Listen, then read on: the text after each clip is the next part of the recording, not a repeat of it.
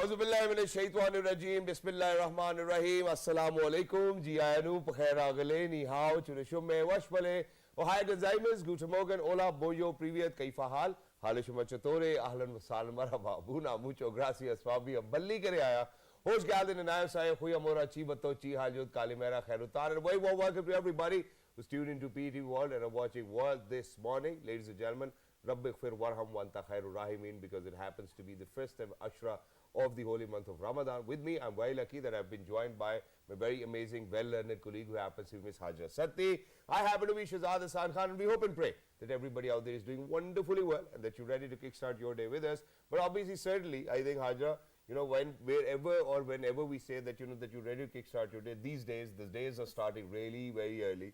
I mean, obviously at the Sahur time. So for everybody who's been up, who's been praying, please make sure that you remember us and our entire team, our families in your prayers.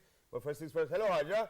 How are you feeling today? Assalamu alaikum. Thank you so much. Jazakallah khair. Ramadan Mubarak to you and everyone out there once again. And obviously, as you mentioned, Ramadan has its own vibe, it has its own spirit, and we can feel it, especially because our day starts really, really early on with the suhoor, and then afterwards, and we see that people are going to their workplaces or students are going to their schools or universities or whatever the particular educational institutes. But once again, obviously, it's a beautiful month, and we can observe and see and feel the altruistic spirit of this particular month. And we hope and pray that inshallah Allah gives us that much of the courage and zeal that we are able to transmute all of those good deeds that we acquire in this particular month into the entire year. So they should not be restricted to this particular month, but obviously this month prepares us because our deeds, our good deeds are amplified a lot, and Allah subhanahu wa ta'ala is taking stock of everything that we are doing, and obviously good deeds are multiplied manyfold.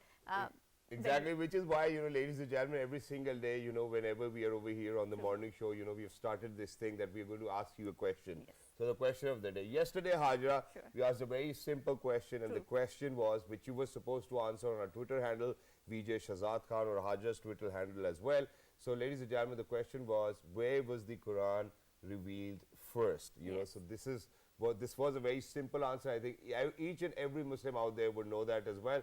But ladies and gentlemen, imagine that, you know, that for all the answers that we have gotten on our Twitter handle, there's this one particular person who's actually topped the list as well, and that happens to be Aleha. So, Madam Aleha, you know, congratulations to you for actually guessing it right as well. And obviously, ladies and gentlemen, it was the cave Hira in Makkah, and where it was revealed as well. But before we move on towards the next question, okay, Haja, what do you think needs to be the line of questions for the next coming days as well? Today's question, we have it with us, but what do you think needs to be the line? Ke hum yaar is tarah ka sawal poochte hain. I think it generally should relate to the way, I mean, the Ramadan is coming, and obviously the questions that are related to our Islamic history and our Islamic knowledge, and we talk about it again and again on our set and our show, that there is a need that we need to revert back to those prophetic era, the prophetic model, and our team tries its best to make sure that we are doing, or making sure that we are doing our part when we talk about, you know, Islamic history, when we talk about the Islamic knowledge, and particularly the knowledge in Islam is described as the ilm, right? So that ilm should be revived back, it should be talked about, and those narratives should be kept alive, because obviously when we are connected to our roots, when we are connected to that prophetic model, to that prophetic era, this is how we are going to be the best version of ourselves. Exactly, and that's exactly what we want. So before we move on towards the question, there's a very interesting story. Just yesterday this happened to me, and that is, I was somewhere doing a voiceover, you know, for an NGO, and I was coming back, and, you know, while I was on my way, this is something, Haja, that I realized. I was like, okay, let me listen to some music. And I was like, no, it's Ramadan, you know, let's not listen to some music. Let's listen to some stories from the life of prophets, you know. And this is exactly which I was typing, and all of a sudden one of my friends started calling, and I was like, mujhe nahi lagta Ramzan mein shaitan band ho rahe hain. You know, this is something which I wanted to learn, and since you called, and it was good of him that he put down the phone, and I was able to do that. So thank you so much for recommending. But ladies and gentlemen, let's take a good look at what is the question for today. Here you go, on your screens in 5, 4, 3, 2, 1. Well, there it is. On which night was the Quran first revealed? Okay, so it's a very catchy question, ladies and gentlemen. What you really need to kind of keep in your mind is, on which night was the Quran first revealed, is something that we are asking you today as well. Please make sure that you write to us on our Twitter handles. My Twitter handle happens to be VJSHAZADKHA. What about you, Hajra? HAJJRASATTI Hajra Sir. So please make sure that you get to us as well. But now, coming back to what are we talking about? So, it's Deen and Dunya together, and that's exactly what we want over here. Making sure that we are out there for the people, for the community, and for the society, which is why today... Right, so today happens to be the World Kidney Day, and obviously when we talk about the ailments and when we talk about the correcting our physical health, our mental health, our spiritual health, we are going to talk about our spiritual health, but first of all, we are going to focus on particularly on our, the physical health, because obviously it's important. So when we talk about the World Kidney Day, the theme of the World Kidney Day is Kidney Health for All, Advancing Equitable Access to Care. And kidneys play a very important part, and it's a very important organ because they flush out all of those toxins, and they also cleanse our blood and make sure that we are healthy. But obviously we are the lay person and we don't know much about it, how to make sure that we need to have a good and healthy kidneys, what sort of food should we eat, what sort of food should we avoid for having a good kidney health. We have the experts in our studio who are going to shed light on the kidney health in particular. And I would also like to talk about one particular habit which is very pertinent, and you will find it across the world. What is that? That is of smoking, right? And how smoking is injurious to our health and especially to the kidneys health, right? So without any further ado, we are very glad that we have been joined by the Chief Academic Officer, World Kidney Academy, and he also happens to be the head of the nephrology, Professor K.H. Mujtaba Qadri. Assalamu alaikum, sir. Thank you so much for coming to our show. Thank you. So wonderful to have you over here. Thank you so much for joining us. And alongside Qadri Saab, ladies and gentlemen, we're very lucky that we've been joined by the President, Pakistan Society of Nephrology, Head of KRL Department of Nephrology as well, and he happens to be Dr. Zahid Nabi Saab. Hello, sir. Assalamu alaikum. Good morning. How are you? Fine. How's the fast going so far? Alhamdulillah. Well, I think it's fantastic to have you guys over here. I think and you did a very nice job bringing up the fast and fasting month, because it's Ramadan, Dr. Saab, and just explain us that how this month is beneficial for having a good kidney, right? So what sort of good day care routine we need to have in order to have a beneficial kidney? Yes, I think, putting everything in perspective, Ramadan obviously controls and basically sets out the tone for how we should be practicing our lives and our health throughout the year. So one of the things, obviously, when you have these long fasts, which evidence has also shown that intermittent fasting is so beneficial to your health in every way. So your protein intake does not become in excess. Of course, we don't want to be overdoing it at iftar time or later on, but the protein intake, the salt intake can be in control, the water intake can be in control. So a lot of things that you regulate in Ramadan, I think if you practice throughout in the subsequent months, as even the Deen recommends Mondays and Thursdays fasting. So I think if you start doing those kind of intermittent fasting, outcomes in terms of kidney health can be very, very beneficial by delaying progression of kidney disease, by controlling blood pressure, and of course with bad dietary habits giving way to healthy habits, then subsequent kidney health is What a are given. bad dietary habits when we talk about kidney health? I guess I'm not the right person to talk about that. Maybe Zahid, you can which is why I would want to move on to Dr. Zahid Saab over here. So Dr. Zahid Saab, obviously since it's Ramadan, to ask about how fasting can have an positive impact on our kidneys and our general health. That's particular. True. But let's speak about how important or what significance do you think that this day holds in the first place,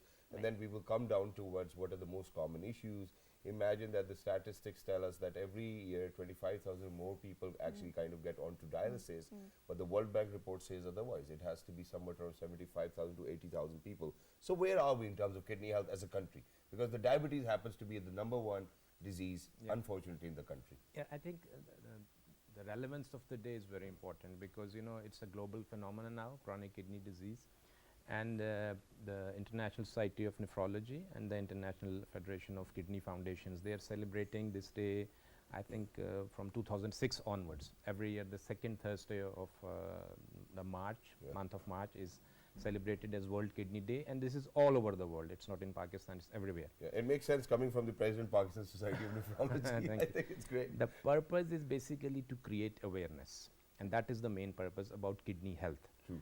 And that awareness will ultimately speak in terms of early screening, early detection of kidney disease, and the impact which it can have later on your life. So we are sitting here, it is just part of that we are trying to create that awareness. Qadri was saying something very good just a few minutes back, that because this program is in English. Rather, he was saying that can we talk in Urdu? Sure, why not, for sir? a while? Where you think that because it's important, you can. because there are a few things which probably because the general concept is awareness, and awareness is lacking very badly in the poor socio-economic circle in our society or everywhere. So the basic purpose of the day is to create that awareness about the kidney health. So each year they have a different theme, as you have mentioned the theme for this year, that kidney health for all, advancing and equitable access to care. the access to kidney care is available to everyone. That is the second question, and you will agree with me that that is not available even in the Western world as well. Some strata of the society probably they don't get that access to the kidney care. So the basic purpose is awareness. So as you said, in Pakistan, the problem is that the major population is now almost below poverty line. So here the problem is to first thing is to survive, True. and then to think of something else, of kidney health or any other health. That's true. And are we providing those services where these people can have access to kidney health? The answer is big no. Okay. According to WHO, as you said, sir was mentioning that 75,000 people or more are just entering into the dialysis system every year. They say that only 10% of our population has access to dialysis. So just imagine. And then many people, they don't know that they have kidney disease. The other thing is that we don't have good kidney care doctors in the peripheries. The major junk, probably junk is in the major cities as well. So how we can make that access to all those people, that is again the theme of this. Exactly, and we will come down to that question as well. Sorry, Aja, but just Sure, very quickly, because we are kind of getting the statistics as well, so I'll move on to Qadri Sahab. So Qadri Sahab, let's relate with it and let's talk about the most common kidney diseases or illnesses which we kind of come across over here in our country. Because if we are number one in diabetes, unfortunately, that leads to a lot of kidney issues itself. So let's talk about the most prevalent kidney-related issues so that we can move on towards the solutions later on. So if you're looking at the top 3 or 4, I think, if you look at diabetes, high blood pressure, hypertension, and then there's this category of chronic glomerulonephritis in the country, which is basically because we miss a lot of inflammatory conditions of the kidney earlier on, and they become chronic, and that should be detected early in primary care systems, in family medicine clinics, in GP clinics, in internal medicine clinics, and that is where the intervention needs to be targeted. But if we simply take care of our diabetes well and our high blood pressure well, with good blood pressure control, good sugar control, and avoiding toxic medications which hurt the kidney, good dietary habits, protein restriction, a lot of the problems can be solved simply by focusing on early detection and management of diabetic related kidney disease and high blood pressure related kidney disease, and any condition which presents with protein in the urine or blood in the urine, that needs to be investigated early on. And anytime somebody's creatinine is screened initially, Pakistan's normal creatinine for men is around 0.7 to 1 milligrams per deciliter, and a lot of the labs still say it's 1.2 is normal, and that can be very misleading for people at different age groups. Similarly, Pakistan's women, their creatinine should be within the range of 0.7 to 0.9 maximum. So somebody who is 1 is not normal, but a lot of people, 8 out of 10 people are walking out there with no awareness that they have some form of chronic kidney disease, and that's a tragedy, because at the other end of the spectrum, there's dialysis, more than 100,000 rupees cost a month, transplantation, 25, 30 lakh rupees initially, 35 lakhs, and then maintaining, with the immunosuppression, all the costs associated with that. We need to work on the other end. The tertiary and quaternary is way too late for a country like Pakistan, and we need to focus on the primary preventive aspects. Dr. Zaid Sahab, now let's have this conversation, because you said something and I would like to build further that conversation on that. And you said that people do not have access to good maybe kidney doctors, especially who are living in the peripheries or in the rural areas particularly, right? And so what makes you think that, or what are the statistics, and as someone who's an expert in this particular field, what are the vulnerable groups in Pakistan that are more at risk with this particular kidney issues, and how we can resolve them and make it more accessible or make their access towards the kidney health more wise and universal in this I think that is a very good question. Mm. The first part is that who is vulnerable, Right. right? So I think the purpose of this celebrating World Kidney Day is Yes. to that this information should be relayed to the general masses. True. So if, as Dr. Qadri has just mentioned, if you are diabetic, you are high risk for kidney disease. If you're obese, I was myself, if sir will agree, that there's the chance of kidney disease is around 83% if you're obese. That's very staggering, right? Yeah, that's very staggering. And then if you have history of kidney stones, you are vulnerable. You are hypertensive, you are vulnerable. Right. In your family, if there is a genetic disease, then you are vulnerable. So I think as a person, you should know that you are vulnerable for kidney disease or no, and then you should take care of it. Right. And screening is very simple, and it's not very costly business as well. Right. You just do one urine analysis.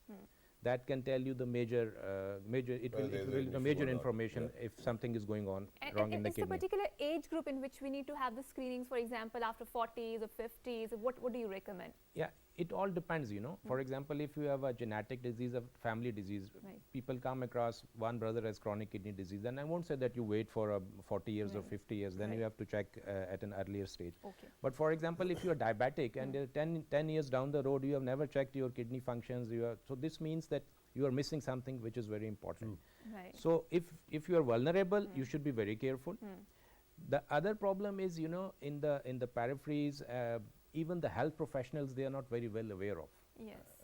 these simple things. Yeah. Urine analysis, people think that it is just this test has no Basic value, test, yeah. though it is a very basic test which gives you very relevant information about the kidney Right. disease.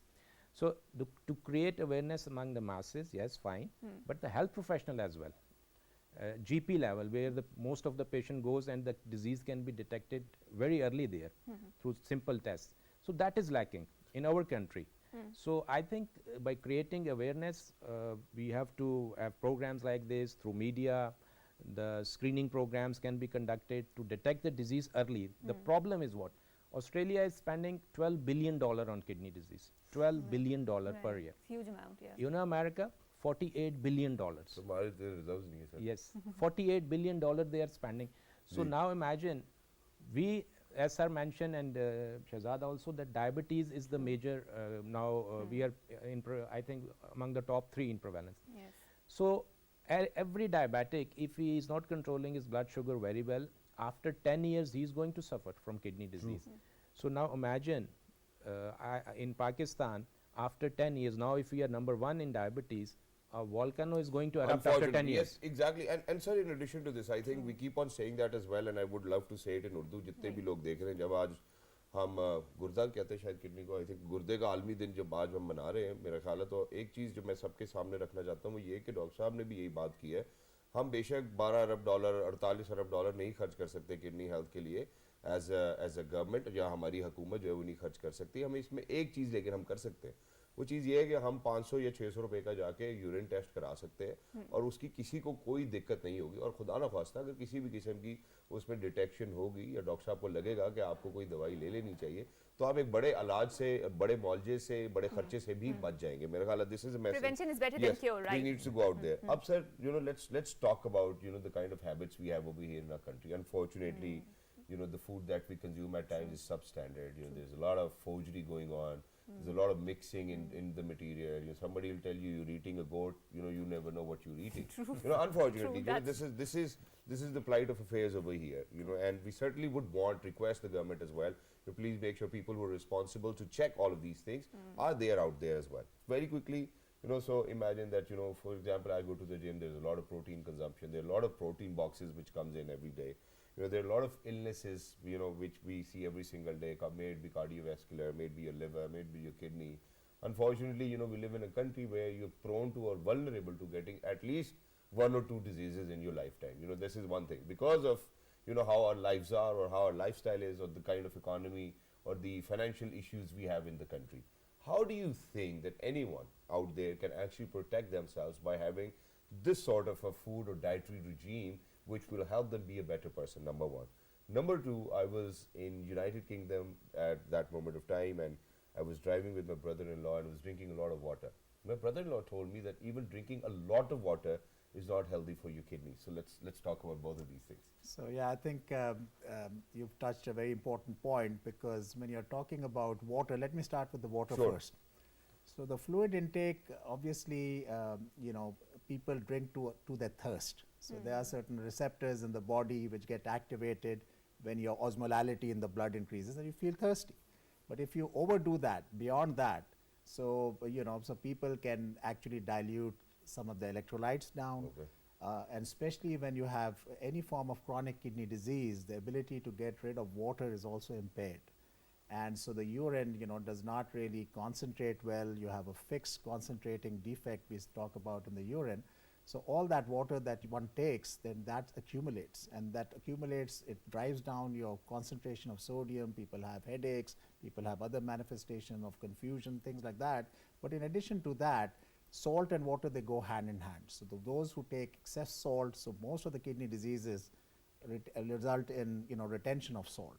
And those are the people who get high blood pressure, and then they drink more, and then they get edema or swelling of the feet. Fluid can go into the lungs. So you have to be very careful when you have chronic kidney disease.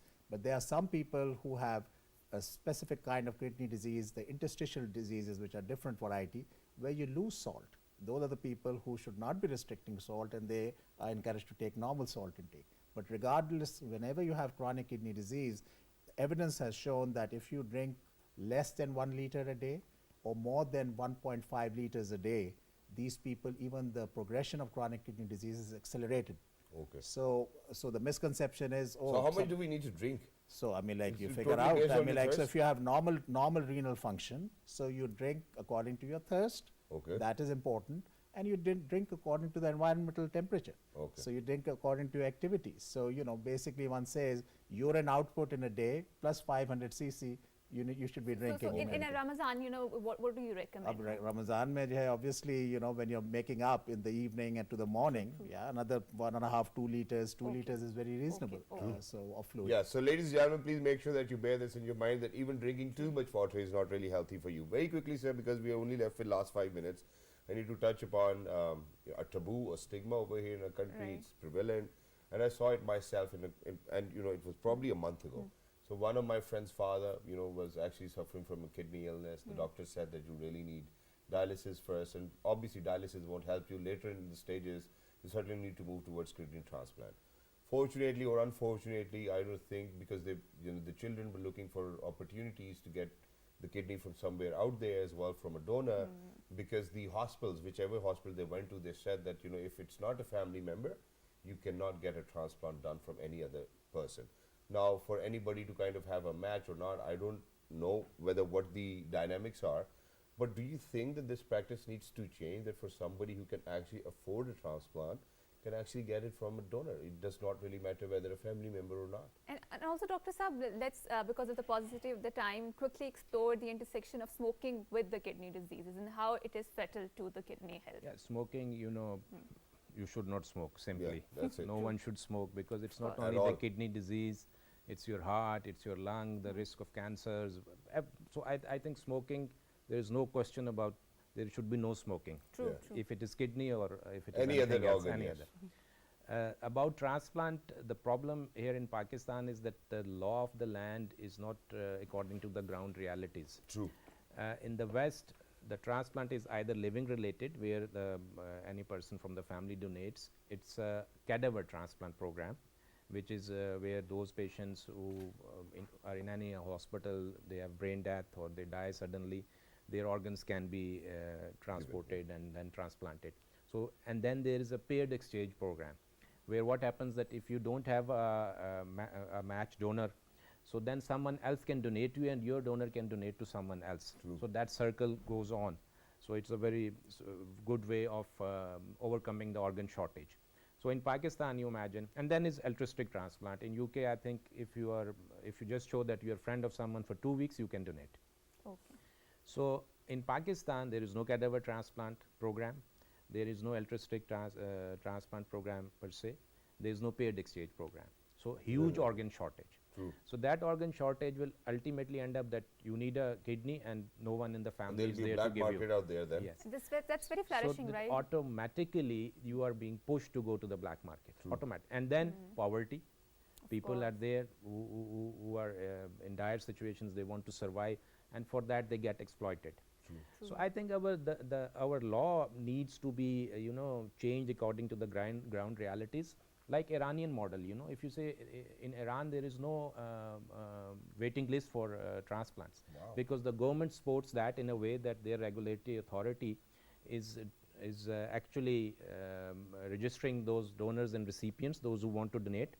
And then there is obviously some sort of financial gain as well, but that is under the cover, under the umbrella of that regulatory authority. There is no exploitation up to that extent. Wow. So our law needs to be changed, because these non-related transplants are done every year. One of my patient, he had a transplant on a dining table in Mirpur, Azad, Kashmir. Sorry to say. Oh my God. Yeah. And it was the same place where the poor girl died of late Umar Sharif, the same area. So imagine now, because people, they don't have access, good hospitals, they will not give them any facility for transplant of non-related, then they will go to the open market and to the mafias. And then obviously they will fall in their hands as well. But course. thank you so much, gentlemen, Thank for you so being with much. us. Lovely to be in Thank you so conversation much. with Thank you you. so much. Thank you for very To having us. raise awareness about Right. such an important organ which you get two, ladies and gentlemen, in your body. True. And it's your responsibility to protect it at all costs as well. And I think that the message is simple today, and that is just go for a screening. Just a simple urine test can actually save your millions of rupees. It can save you, your health. True. And for you to be out there for your children, I think is of utmost importance as well. True. So just one simple basic test and your diet will actually kind of make you be a healthy being as well. With that, we're actually heading out towards a short break. Once we guys will come back, Haja, every now and then, Right. we actually talk about, or whenever I pray to Allah Almighty, or for anybody, I will Right. be, Allah Pak aap humse razi ho jaye. This is one thing that, we would always pray for. Obviously, when we speak about such activities where we are like into humanitarian activity, where we are into philanthropic activities, certainly looks like, it feels like as if Allah is being razi with us. But how do we actually do that?